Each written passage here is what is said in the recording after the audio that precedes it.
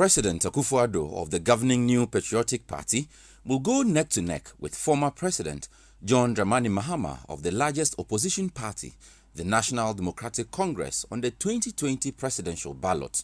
This is the outcome of the balloting done by the parties on Tuesday. The NDC, prior to the balloting, expressed reservations about the Commission's approach to the exercise. We are coming to do balloting. The essence of balloting is transparency and remove every element of bias. What we are saying is that there are 12 political parties. 11 political parties, one independent candidate. They are not going to the ballot. But to remove the element of bias, it is just fair that we see how the ballot is prepared in front of us. It's just 1 to 11. It is for this reason why even the main election, the ballot paper, it is provided in the law that political parties provide agents at the printing house. But the party was satisfied after it picked the second position for its presidential and parliamentary candidates. We are very happy about the number that we have picked. In actual fact, that was what we were expecting. We came in for 2 and we got 2. God has spoken and it's too sure. The second coming of JM, and you know what it means. When you talk about second coming, we talk about return. So are you satisfied? And yes, indeed, we are really satisfied. We are really satisfied.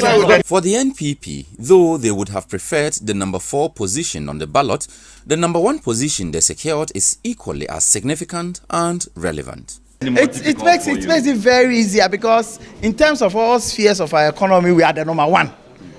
In terms of infrastructure development, in terms of managing the economy well, in terms of getting international recognition, in terms of everything in this country, Nana Addo has paved the way. He's the number 1. These positions balloted for are significant for the orderly conduct of the polls. A deputy chairperson of the Electoral Commission in charge of operations, Samuel Tete, explains.